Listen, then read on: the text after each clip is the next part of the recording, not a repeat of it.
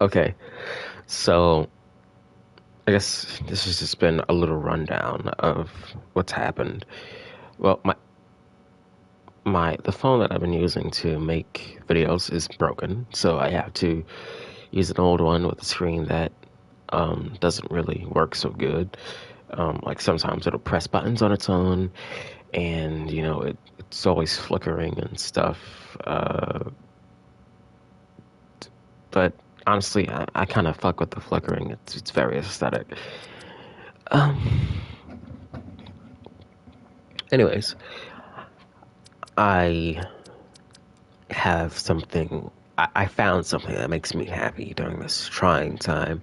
It's a subreddit called RP Christians, and this isn't roleplay Christians. Even not that's too meta.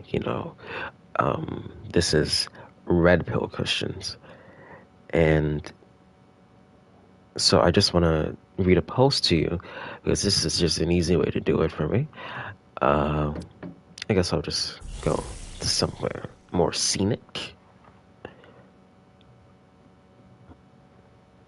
I'm telling you, these people.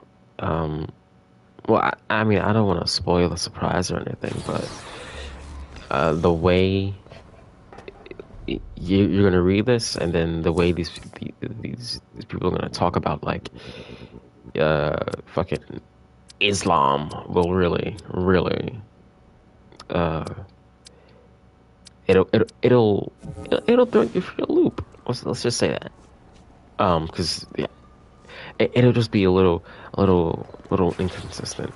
Okay, let me just find a good place to just uh tell you the tale.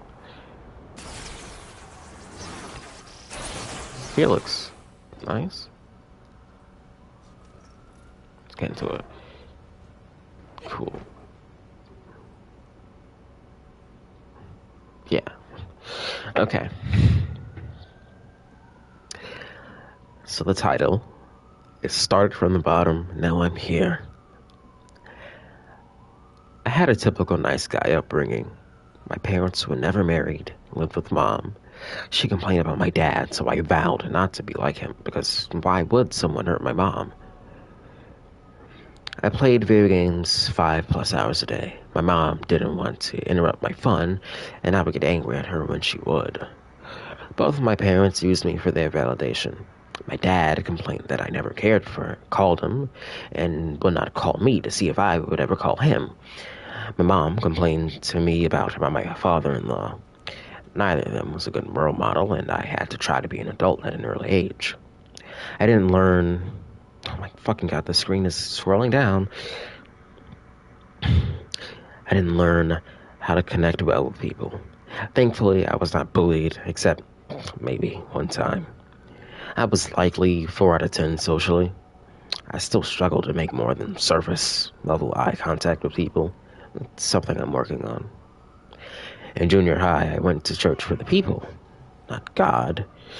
I prayed the prayer, but still felt a lot of condemnation. I started looking at porn, initially out of curiosity, but kept going to help me cope with how alone I felt. I didn't stop until 398 days ago. Woot, woot, woot. And praying that being porn free continues. To God be the glory.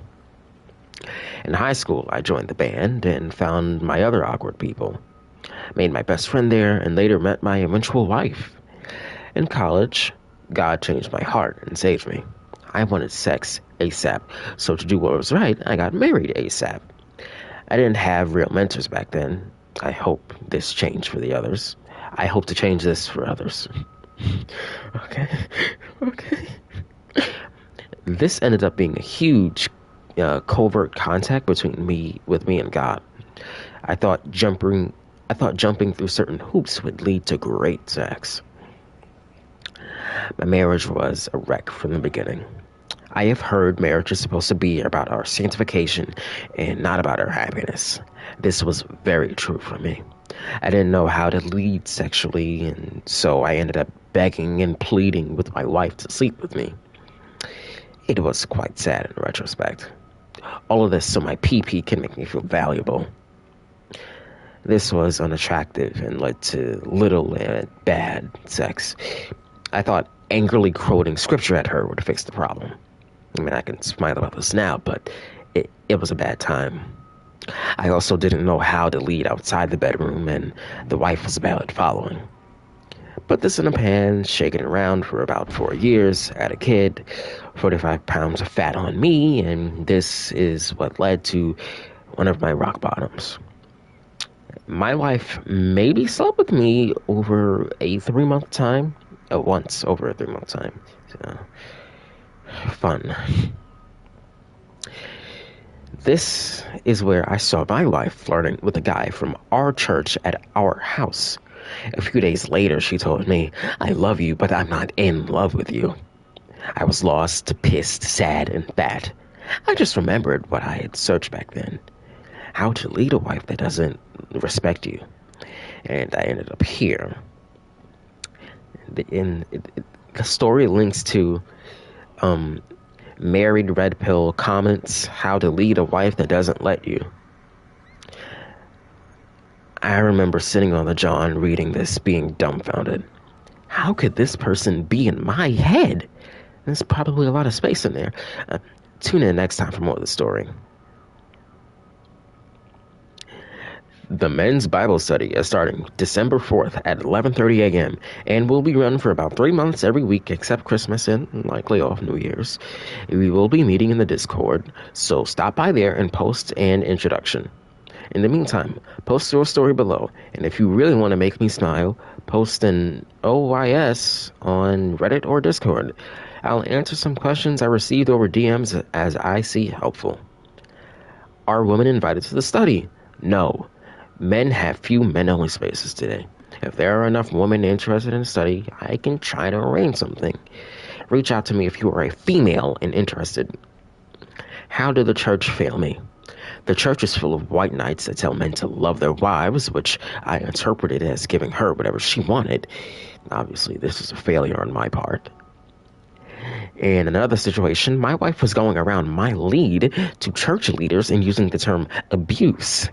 I can assure you this was not true. She read a book on emotional abuse, and that was enough. The 48 Laws of Power helped me put up a helpful front while I actually fixed the things that needed fixing on my end, one of them being finding a new church. How did you turn around? What is the silver bullet to fix my problems? Hard work. Commit to do hard things. There is no silver bullet to following God. More to come on this as I tell my story. This, like, how can you not? How can you not fuck with that?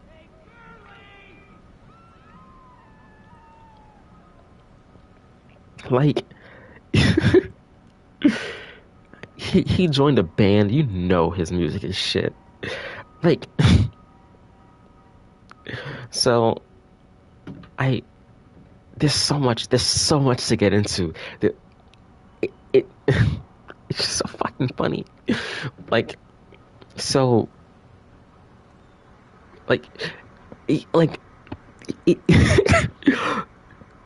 okay. So he ends this thing by saying, hard work, commit to doing hard things. But like the paragraph before, he says that his wife was complaining about him at his old church, which is the reason why he just left the fucking church. So what? The hard work in that example would just be proving that you're not an abuser, but he obviously fucking is. And then, God, yeah, I gotta, instinctively, I guess I am a bit of a white knight because I want to feel bad for the wife, but like, you didn't see this coming. He literally said he got married just to have sex and not feel bad about it. Like, and then just didn't have sex because he was just so fucking annoying and pathetic. Like that, how can you not like that? That's so funny. Like, these people, they, like, I don't get how you can seriously be like a red pill and you internalize that is your identity, that is who you are, and you're just cool with that, just vibing, I don't get it. it's really impressive how some people can just write a story where they're the villain and will not see the problem with it. Like, um, and uh, I don't. You probably know the guy by now, Dan Henschel. He's the one who did the He's the I'm in love with my student. My students are all morons. Cocky one, boing boing. All sorts of bits and stuff. I follow his YouTube channel. He goes on these like half hour, sometimes half hour long. Just kind of rants in his car. Yeah, I just it's completely made up stories, but you just gotta. But the jokes work better if you believe they're real, and eventually, I think you do believe they're real because he's going on so confidently, and but not too confidently, like he's stuttering. So you get it, you believe it, and it's just miraculous, God, I just really, God. I,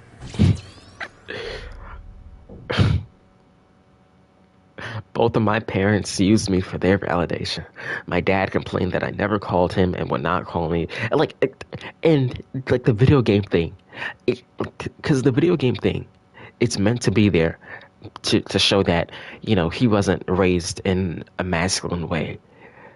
Um, but the little bit of character growth, the characterization at the end is that I would get angry at her when she would interrupt me, when his mom interrupted him. So this goes to show that, like, it sets up that whole, like, that, I don't know, that beef against women, and also the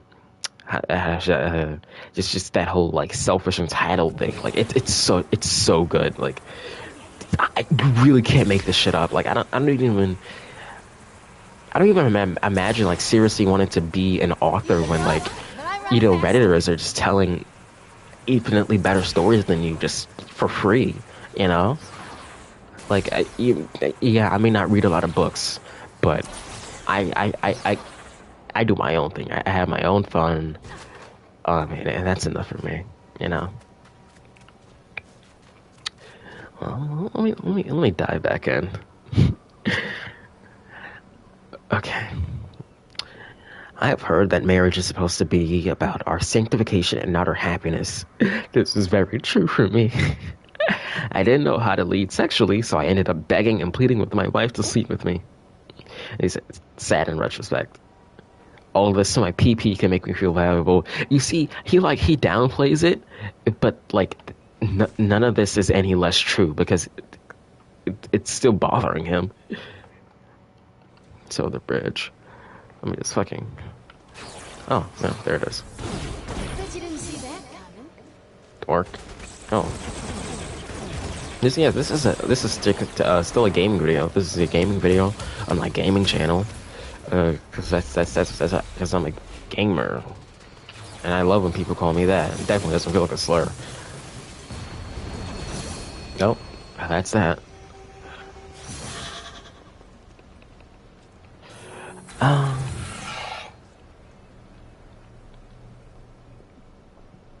and then, okay, so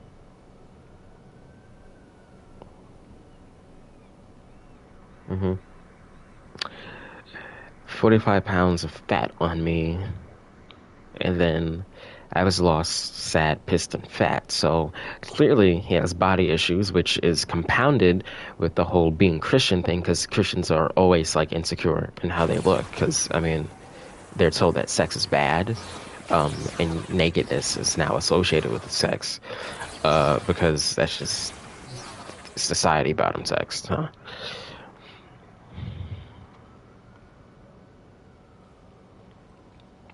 Okay.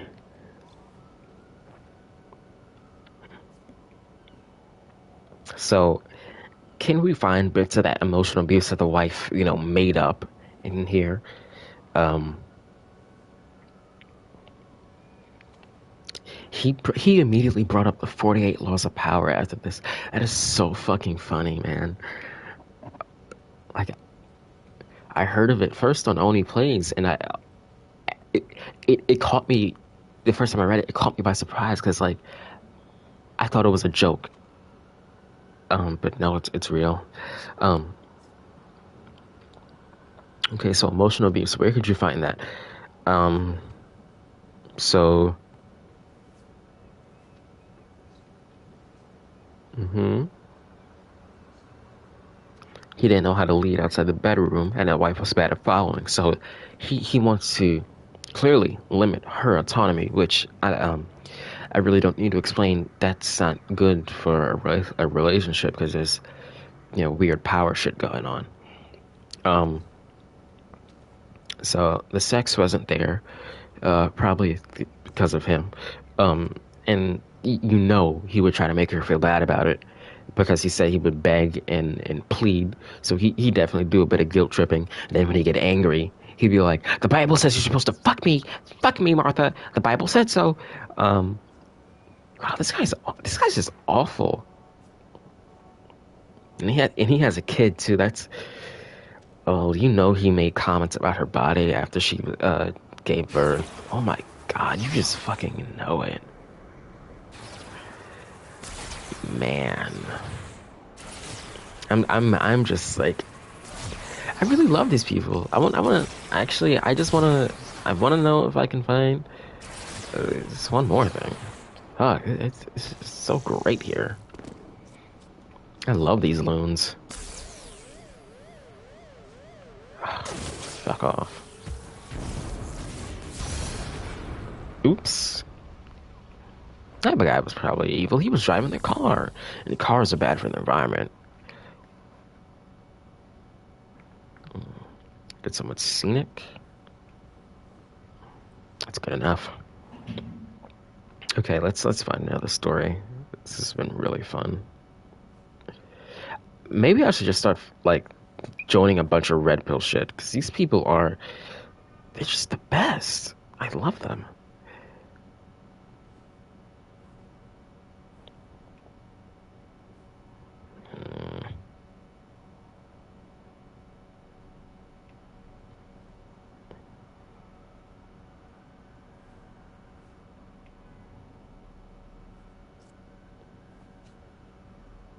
Oh my God, this one is called My Wife Will Divorce Me. This is right up my alley. Okay, I probably should have made this. I probably should have made the title My Wife is Heading Toward Divorce, but it's too late to change now. My wife and I have been together for 6.5 years and married for 3.5. I'm 34 and she's 4 years older. No kids.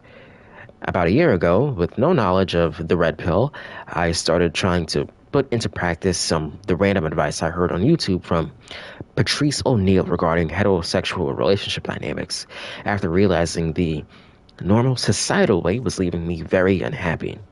AKA, I saw my blue pill ways didn't work, but I lacked the knowledge to even know I was stuck in a matrix.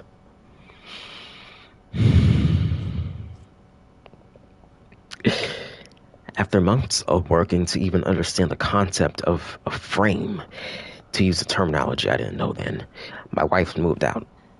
This was 7 months ago, and she cited trust issues as the reason. She said she couldn't move home until we attended couples therapy together, and while I had initially agreed, I felt something was off because she kept texting me, "I miss you and I love you," but to quote Real Big Fish, "You say you love me, but where have you been?" I didn't need her reassurance. I needed her to come home. So I came to her parents unannounced, and I told her, "No parent, no, fuck." I didn't need her reassurance. I needed her to come home. So I came to her parents unannounced and told her no therapy until she came home. I noticed that she had stopped paying her normal bi-weekly salary into our joint account during this time.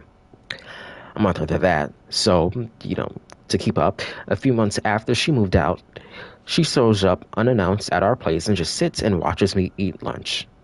Now I had not initiated a conversation to her since I stopped by that one day, and she had dropped it off with her texting too. So I say nothing for a while. She says nothing and just follows my eyes with hers. I finally asked her, "What are you doing here?" And she starts talking about how she's been worried about me.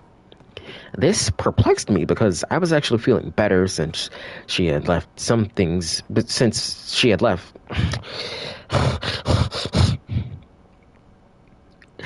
I finally asked her, "What are you doing here?" And she starts talking about how she has been worried about me.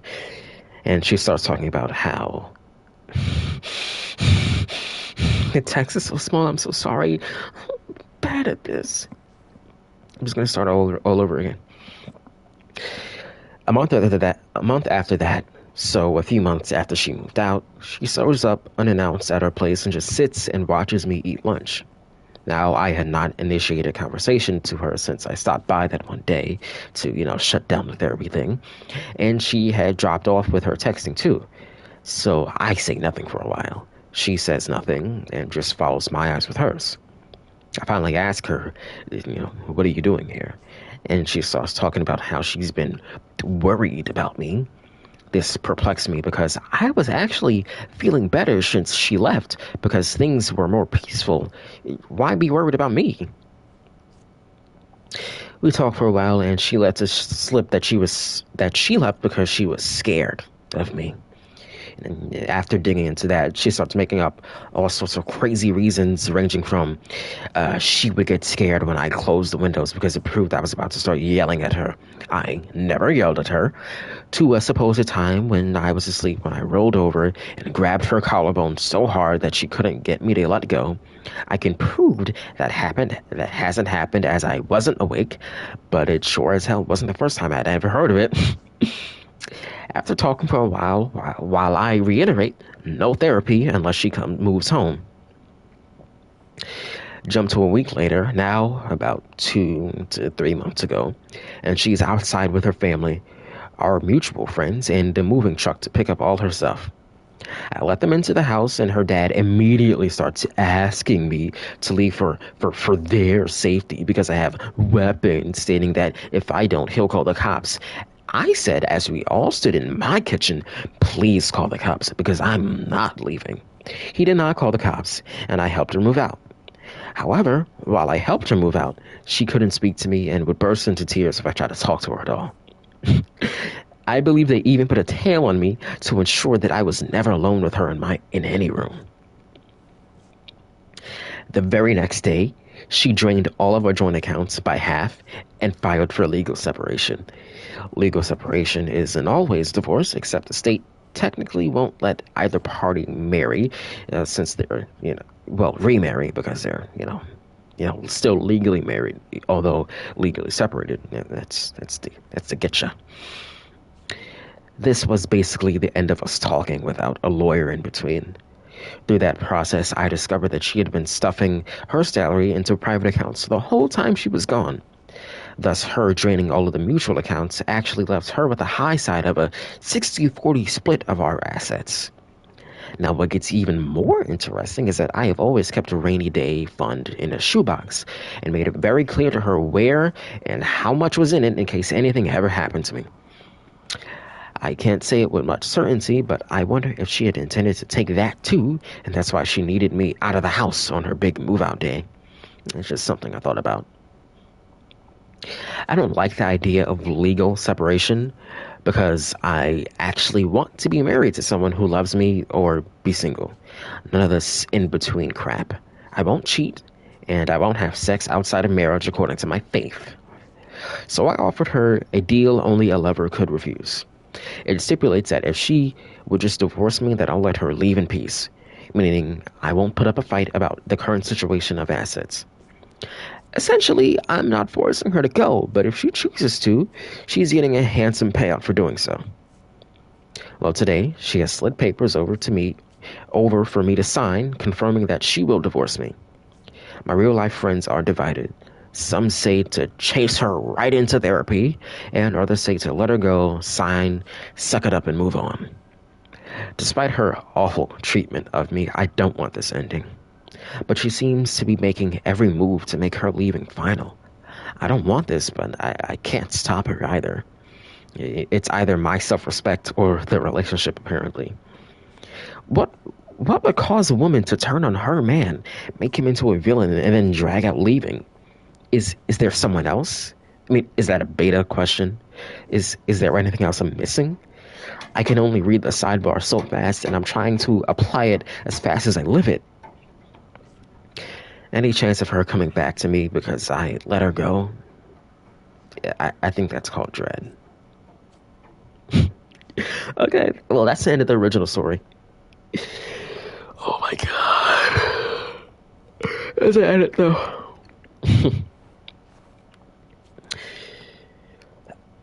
I posted this over on Ask Men Red Pill, but I wanted to post here because I'm a Christian and my wife claims to be as well. I don't believe divorce is acceptable short of adultery, maybe abuse and a non-believing spouse leaving. Where am I? I signed my end of the papers today. These papers aren't me agreeing to divorce. They are me saying that if she does divorce, then I won't argue over financials. My thought process was that if she wants to leave, then I'm disrespecting myself trying to beg her to stay. And if she wants to come back, then why do all of this unless it's one massive shit test? Some stats I forgot to include. 6 feet tall, 185 pounds. I care for my appearance. I've always been a wiry athlete. Multiple healing injuries have stopped many lifts over the last year and a half, but I work out whatever isn't in the process of healing. Mental, emotional, always reading, audiobooks, podcasts to understand the world better. Struggling greatly since my wife left, but prior was always doing well, knowing I was on my life's mission. Spiritually, Christ-following Christian, walking closer to Christ every day. Mission, firmly to serve Christ's eternal kingdom and to leave this temporal world better than I found it. Financial, no income. Though I had been getting paid for my work at my wife's business, I'd been making more than her based on my billable rate prior.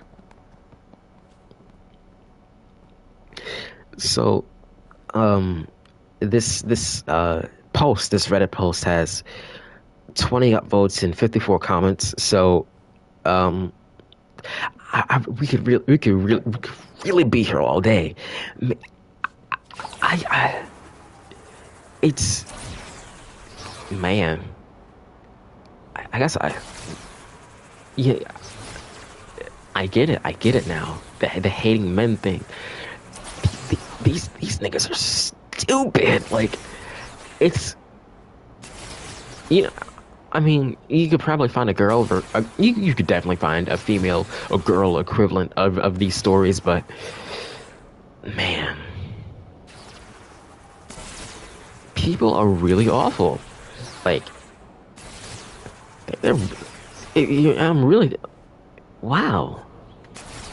These are just awful people, and I love reading about it, but man, I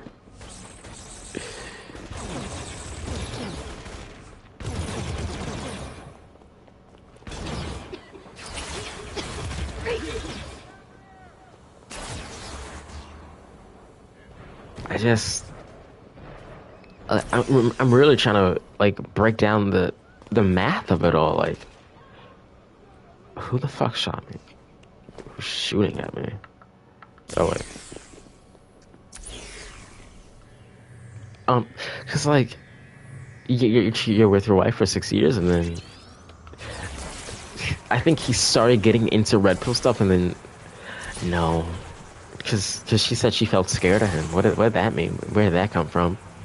The choking thing was so fucking random. Like, this feels like a Smiling Friends bit. I love it so much. Started choking my wife in my sleep, but no, I started choking my wife, but that can't be true because I was asleep. I can't choke my wife in bed because I was asleep. What are you talking about?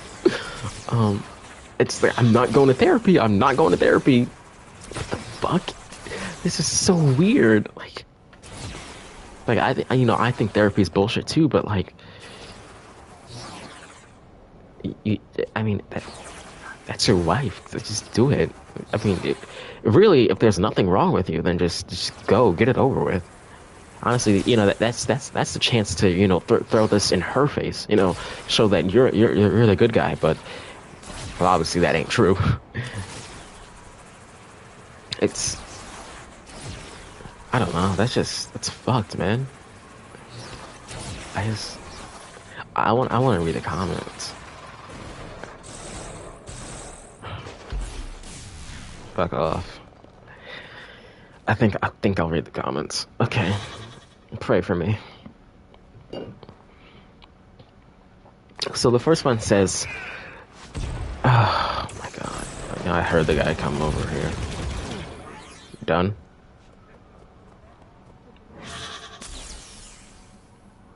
Alright, no more. The first comment says, something is missing in this story, either from you or from her. So the original poster says,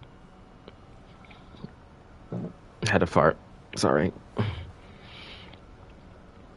So what I keep spinning around in my head is that I must have ignored a red flag and gone against God's warning and become unequally yoked. We both grew up Christian, but when we met each other, we started having premarital relations.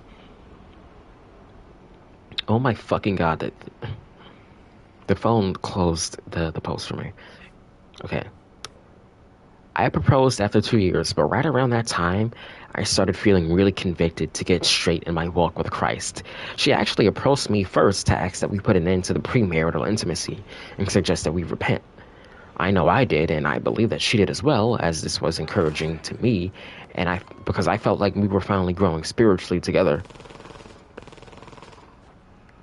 What the Okay, so I'm not being shot?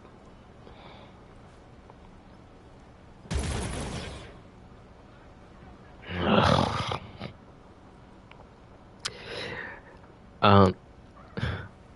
Okay. However, about a month prior to getting married, we ran into an issue that demonstrated a conflict in our doctrinal understanding.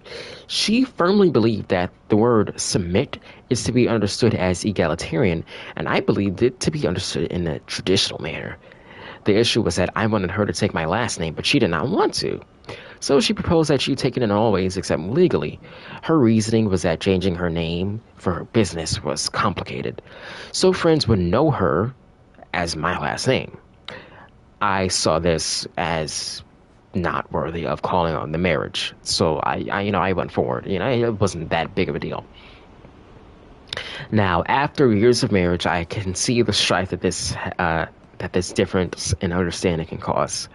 We'd make a plan together, then sometimes later she'd make a unilateral decision to do something undermining it. When I'd bring it up to her, hey, we agreed XIZ was the way, but I see you've done ABC was the opposite, and she'd act like it's her right to change her mind without informing me. Perhaps I'm suffering the consequences of my bad decisions and am unequally yoked. I'm not sure.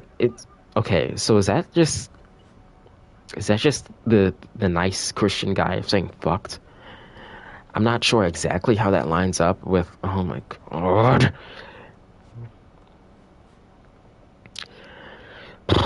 I'm not sure exactly how that lines up with her convincing her family that I'm potentially physically abusive. The other thing is that she has not been happy with my career choices. I left an unethical employer 2.5 years ago and immediately started assisting her at her struggling business and doing all home responsibilities since her business and, education had left her with no free time to even make a meal for herself. Still, she would beg me to let her to go get a job, making some extra money. Even though our finances were on an upward trajectory, I was still making use of my skill set since that was what I was doing for her company, so I was confident that I could get another job once we got through this difficult season. Other than all that, I don't know what else to add to the story from my side. She seemed to lose respect for me over time until it got to a point where I noticed she would be disrespectful, and then I would mention how it made me feel, and she would simply say, "I'm sorry you feel that way," and deny she did anything by rolling her eyes and misleading me. This diva. I'm sorry you feel that way. That's such a good line because it's so fuck you, I don't care. That's your fault, man up, pussy. That's such a good That's to a red pill guy saying I'm sorry you feel that way. That is so fucking funny. I don't know if she did that on purpose, but That's diva status. Queen never cry. That's honest. Oh my god, this shit. Whew. I get Reddit. I get Reddit. Reddit is messy as hell. And yeah, I've accepted that I am messy. So Reddit's a place for me. Splash.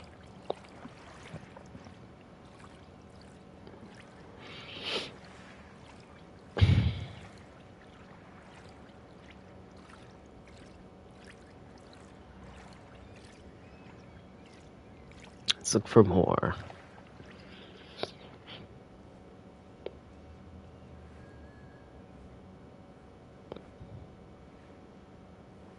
Okay.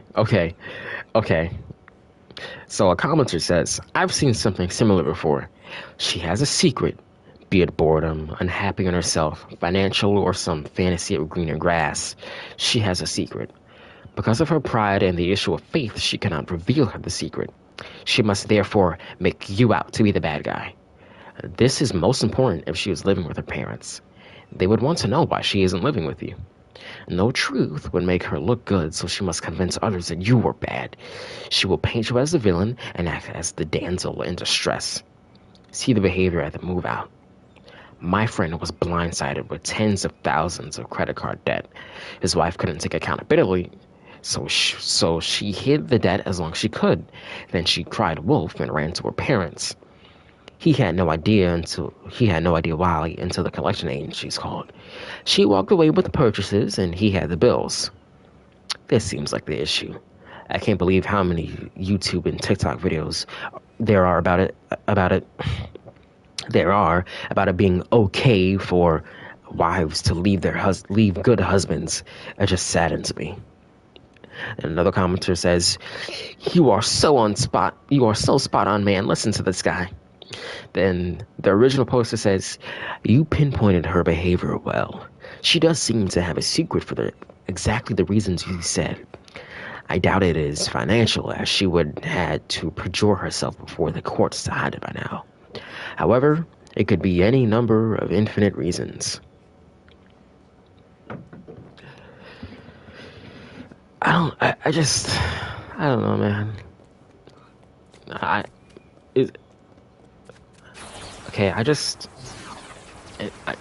think reading these things, I don't believe in marriage, but how can I, honestly, because it just doesn't seem like it works out for anyone. I got teleported. Wow.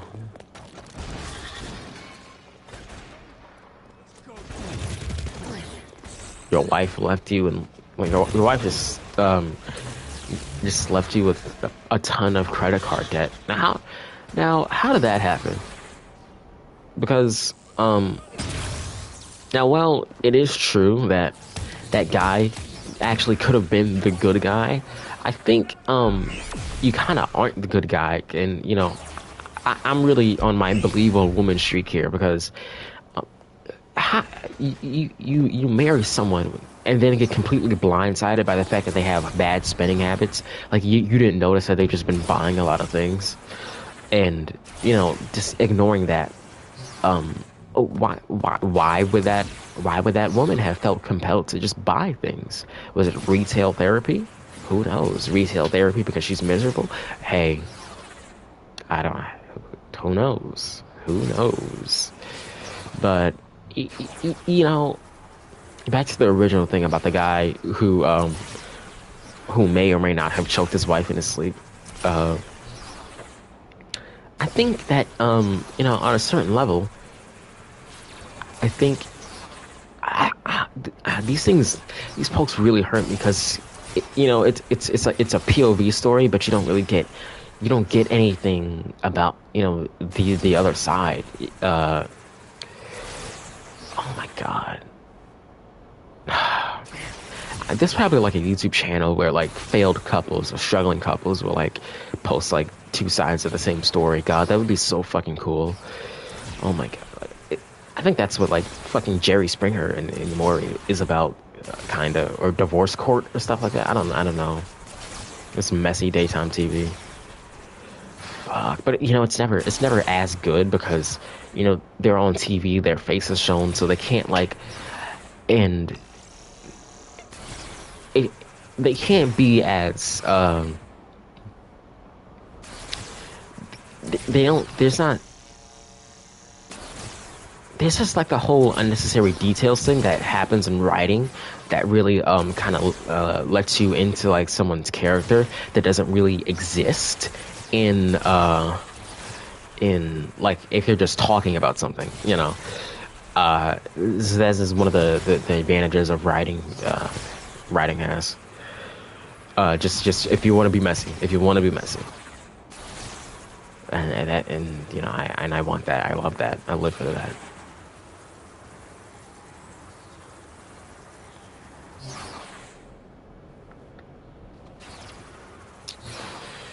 I guess I'm done. I think I'm done for today.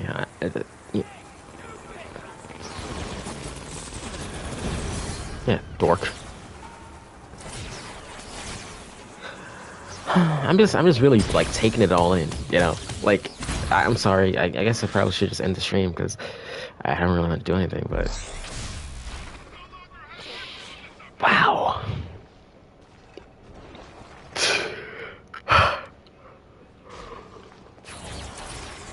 I gotta follow more right-wing subs because it's actually just like it just feels like people who it just seems to be filled with people who struggle with relationships because they because they just don't get it.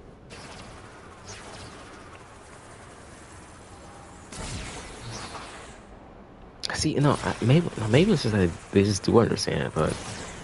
Well, I guess that's like kind of the benefit of religion is that you can just be a bad person, but not like you can be like a bad person, but because you aren't like a killer or something, or you're not gay, like you're a good person, you know?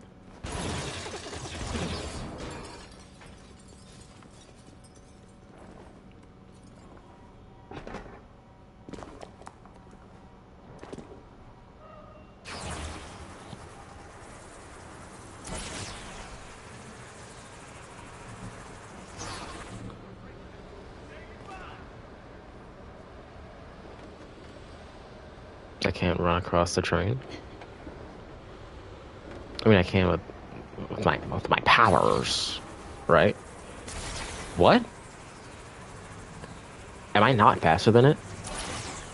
I should be, right?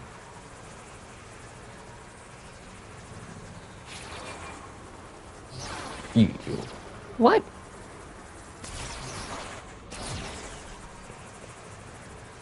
Holy shit! I am not faster than the train, the monorail. Sorry. Yeah, it's leaving me in the dust. Although, take the clouds, maybe.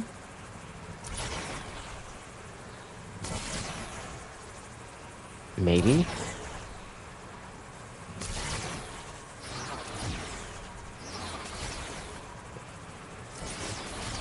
If I use my dashes and stuff. Uh.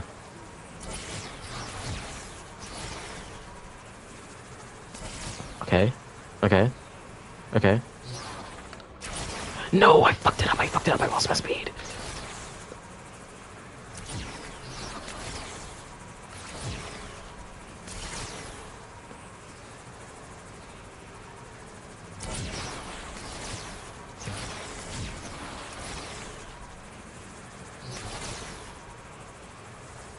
No, I'm just not fast enough. Damn. Sucks, man. Oh, there's another thing. Yeah, you probably will have noticed that the trains have like little, graffiti on them, and not only do I just love seeing graffiti in real life, but in video games, it's a great way to make the world feel like it's lived in, by putting like posters on the wall and stuff. So this, it just feels like, hey, wow, this this is a real world. I mean, it's not a real world because you have like a guy just sitting on a bench, which I mean, you run past it, you don't really notice it, but like, how often does this one person just sit on a bench without being on their phone these days? Especially someone that young. Maybe he's just depressed. And he's just being really like, he's just vibing in whatever way he knows. Point is, this game has like a strong filter on it. There's like a lot of film grain too. This is one of like the most. I mean, I feel like a lot of the games I've played are like real, very, very pretty, but this is up there. Um, I think, yeah. So when, and I hate to just bring it back, but like, Metaphor refound as I try to watch speedruns of the game, and because I do watch things about it because I do like some of the game's music. So I like it or not, I have been like exposed to it whether I want to because I like the music more than how ugly the game is because the character models are all very like basic, but like the backgrounds have like just the character models are basic, like the textures are really simple, but like the textures of the environment are complex but like kind of blurry. It's a very ugly game, and I don't know how this is released for like a 35th anniversary because it's so fucking ugly. I truly don't understand it. And in all the reviews, people don't talk about how ugly it is, and it it it honestly just makes me wonder like do we just not care about graphics in games anymore? Like I know that like because everything's like 60 FPS and everything's like HD now, no one cares. But like I don't know. I feel like graphics are just kind of becoming worse. Because like I mean, well, to be fair, this game was made in like what 2015 or something, maybe 2014. I'm not sure, but I mean it's basically like it's a reworked Infamous Second Son. Which was again a good looking game. But like with things like the Until Dawn remake, the Silent Hill 2 remake, so like horror games, they don't look so good. That's just is how it is. Um, what else has been out? Call of Duty. I don't think those games look good at all. Then again, I've only seen it through streams, and I'm not like personally interested in it. But it just looks like it's not very stylized or and the like the human characters don't look so good. Like I don't know, maybe it's because I watch a lot of Mortal Kombat, so and that game has really good looking like realistic people and clothes and stuff.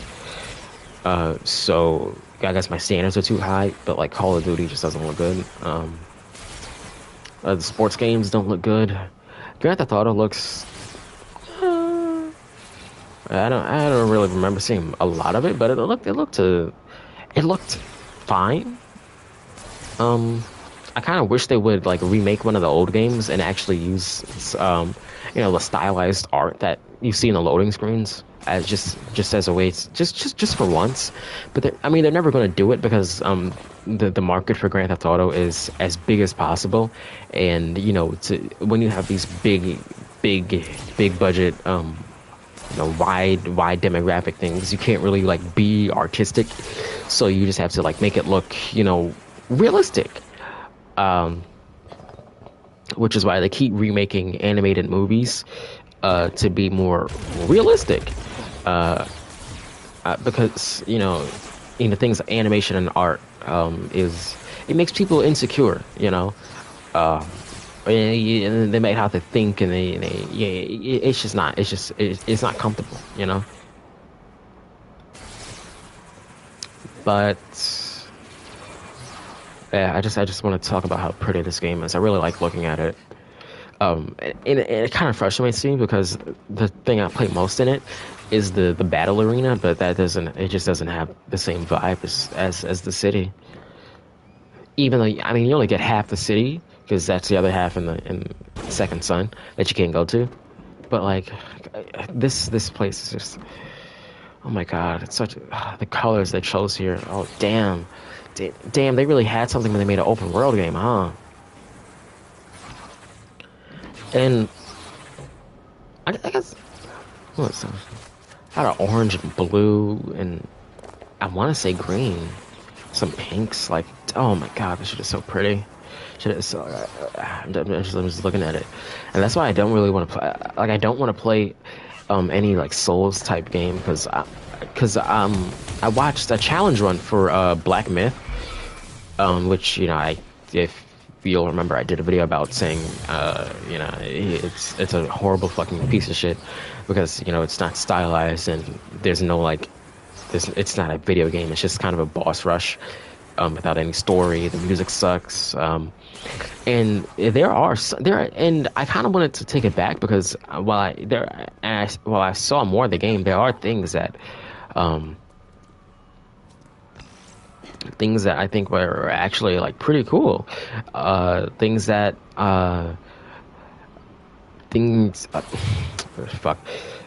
Some designs, some monsters that I think look really cool, and the technology they use to make the fur move and jiggle around the way it does it looks very nice. But I mean the rest of the game takes place in the woods, in just the woods or in a mountain and stuff. And like I also played Sonic Frontiers, and it just feels like Sonic Frontiers. No, it feels even worse than Sonic Frontiers because that has an excuse. Like Sonic Frontiers had like a smaller budget. It was rushed out, but Black Myth, I mean that game, like graphically, it's leagues ahead of Sonic Frontiers. Like it had some like 4K Ultra HD shit with like super high res textures and stuff. And I'm thinking to myself, why does it look so bad? Because everything's always like gray or black because the lighting is like kind of realistic, but like I'd say that this game has realistic lighting. But like, well, I don't know if I'd say realistic, but like it's lit in a way so that you can see everything. Like I'm going down here, this is dark, but I can still see everything. Black Myth doesn't really do that. Like it's an ugly game. I really don't know how to explain it. Like there's a visually a lack of soul, and they could have done something with it. But just the environment's so dry and empty, and the designs are so just empty, and your character, the monkey, has like no personality. And it's just so ass. And thinking about God of War, because God of War is kind of the direct comparison, because fighting monsters, killing gods. That is what God of War and Wukong are both about, as far as I know. But the difference in God of War is that in God of War you kill maybe like 3 or 4 gods in a game, but in Wukong you kill like 20. Because that game has like, I think it has like 90 something bosses, and when you just have them all just sitting there like in like some sort of boss rush, none of them get the chance to be memorable, and it's just a fight. And I feel like instead of making so many stupid ass bosses, you could have just done what regular action games do and had like enemy encounters where you fight multiple enemies. Of course, that wouldn't be very Dark Souls-esque, because Dark Souls only has like some mobs that kind of like try to mess with you and just like cheaply kill you. It's not like like God of War, where you will fight like a room of enemies and clear them out. Oh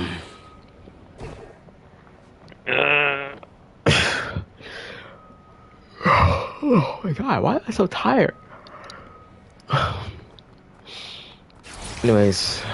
So what Wukong did was that it just had all these characters that and these designs that just kind of happened, and they don't get a chance to breathe or stand out. Or I can't imagine being an artist and working on that game and just having everything just turn into such a fucking nothing burger. But yeah, I guess that's the the bit of doomerism to bring down the, I guess, all that positivity earlier about people going through divorces. So there, toodles.